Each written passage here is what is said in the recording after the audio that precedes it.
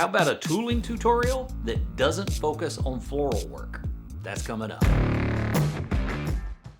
Hello everyone, my name is Daniel Reach. This is the Leatherverse, and today we're going to be tackling a couple of things that y'all have asked for. Number one, I've gotten a lot of requests saying it would be nice to see some videos that focus on one or two techniques, and I've gotten a lot of comments saying how much you enjoy seeing tooling videos that don't focus on floral work. Now don't get me wrong, there's nothing wrong with floral work, Western floral, that kind of stuff. I've done a lot of it, I really enjoy it. It's a great way to get the basics under your belt. But at the same time, variety is nice, right? I like steak, but I don't want to eat it for every meal. Terrible things might happen. So today we're going to be focusing on two main things. That's going to be the swivel knife and beveling. Now there's going to be a couple of other things thrown into the project, but for now, that's what we're going to focus on. So let's go ahead and get started. First step, prepping the project. So we're going to start by dampening the leather, and we want to do it to the point where it takes about 1 to 2 seconds for that moisture to soak in. Now you can use a spray bottle, you can use a sponge, there's a variety of ways that you can do it, but the important part is that it get to the point where it takes about 1 to 2 seconds to soak in. Any more than that, it's going to be too wet, and that we dampen the entire piece of leather. If you don't do that, then you run the risk of ending up with watermarks on your project. Once that's done, we can set the leather aside for a few minutes. That's going to give the moisture an opportunity to really penetrate into those fibers in the leather, and it's going to give us an opportunity to trace the pattern onto the tracing paper. After about 5 to 10 minutes, the leather should be ready, and you can tell if it's ready because it starts to shift back to its normal color, more or less. At that point, we can go ahead and trace our pattern onto the leather. And the way we're going to do this is we're going to take tape, we're going to loop it so the sticky side's out, put that on the back of our leather and stick it to the table.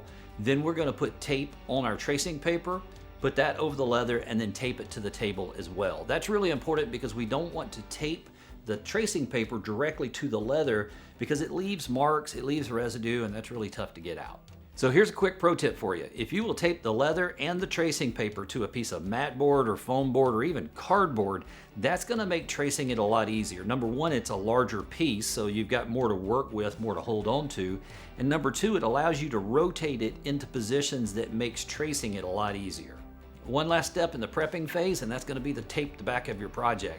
Just take some blue painter's tape or masking tape or whatever you've got laying around. You don't want it to be too sticky because it doesn't want to let go of the project. So masking tape, painter's tape, that kind of thing is perfect for it.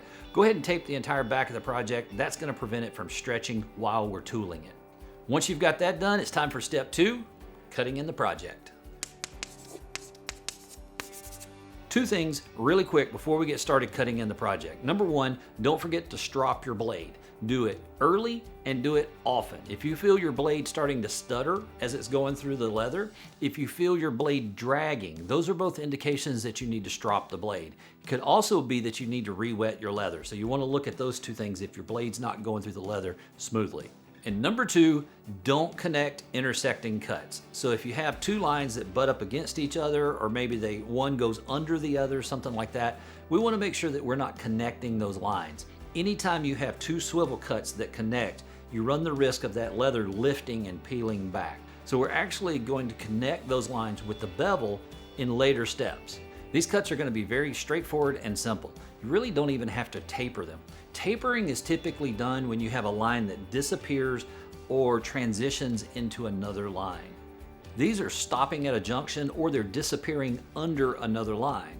So those we're not going to be tapering. You just want to focus on smooth, straight cuts. You want to try to do them in one smooth pull instead of multiple choppy cuts. Now that that's done, we can jump to the next step, which is beveling the design. Now before we get too far into it, let's talk about the different types of bevels. Now this is not a comprehensive list, it's just the ones that I find the most useful. And a lot of times when you talk about beveling, you're going to hear the instructor typically talk about the traditional bevel. And the traditional bevel is great. It's where we all start. I use it all the time, but there's a lot of other options out there that are going to give you different results. So let's jump in and talk about those real quick. This is your typical traditional bevel. It's what all of us start out on. It's most of the time what you're going to hear instructors talk about. I use it a lot, but I personally use it mostly for shading because it casts a shadow, which is fantastic if you're looking for shadows. The reality is you can use this bevel to do 99% of your beveling.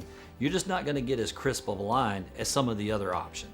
Your second option is going to be the steep edge bevel. This has become one of my favorites. I use it for shading and defining the edge at the same time. It's going to give you sharper, crisper lines, but at the same time, it's going to give you a little bit of a shadow for shading. When I'm beveling, I think of it in 3 phases. The first one is lining, shading, and lifting. And this extra steep bevel is what I use to do the lining. Think of this like my pencil. I'm creating sharp, crisp lines that really define the edges of the design. Then we start to get into the really specialized bevels. This particular one is from Robert Beard, and he calls it his Ferrari, and I totally understand why. This has such a crisp, fine line on it. There's almost no bevel to this. It's all about defining the edges, and I love this one. It's perfect for really tight, narrow edges or a space that needs some really fine, delicate beveling and definition to the design. And then we get into the figure carving bevels. This thing will do 5 or 6 different things. In fact, it'll take you forever to really truly figure out how to use this. These are primarily used for figure carving, as you might imagine. What I use them for is to make the shadow or the halo around the design disappear. It's also great for just softening edges and that type thing. But it technically is a bevel. It's got a nice crisp edge on one side. It's rounded off on all the other edges and sides. And this thing is fantastic for really refining your design. But truthfully, you can do that with a modeling spoon. This is just a little faster. In fact, it's a lot faster. Now, as we go through and bevel the design, I'm gonna be using my extra steep bevel from Barry King. That's gonna give me a really crisp edge all the way around with the least amount of shadow. But if all you have is the traditional bevel, you can absolutely do that. It's gonna work. What you want to do is, instead of using it flat, you want to rock it up on its toe so that you're just using that leading edge of it. That's going to give you a lot more of a crisp edge when you're beveling your design. So really quick, before we get too much further in the video, if you're finding it helpful, if you want to see more videos like this, do me a favor, give me a thumbs up. That tells me and tells YouTube that we're headed the right direction, and it helps the videos spread to other leather crafters. We'd very much appreciate it if you give us a thumbs up if you're finding it helpful. Now, the next step, we're going to be adding the tooling window to the project. And the truth is, we could have done this back at the beginning, but it's possible that I may have forgotten to do that, so we're going to do it now. The easiest way to do that is going to be to grab your wing dividers. We're going to set these to 1/4 inch. We're going to start on one side, but you want to notice that I didn't start at the edge. I started at about 1/4 inch in from the edge. And the reason I do that is I don't want these scribe marks to go all the way to the edge. I want to create a tooling window, and I want to be able to cut that in and then not have any residual marks left over. Once you got your lines scribed in, we can go ahead and cut them in with our swivel knife. A couple of things real quick though. Number 1, you might need to strop your blade again. Number 2, you might need to dampen your leather again. And I guess a third thing would be to make sure that when we're cutting these lines in, that we do it in one long pull. We don't want to do a choppy line going down through there. It's really going to be hard to smooth that out in the beveling stage. So as best you can, do one long pull on each of the lines.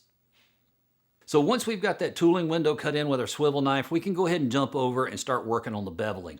Now, personally, I used my push bevel. I believe this particular one's from Clay Miller. I used the push bevel. It's just faster. But at the same time, I know a lot of you out there are not going to have a push bevel, so you can easily use your traditional bevel. In fact, that's exactly what I did until here recently.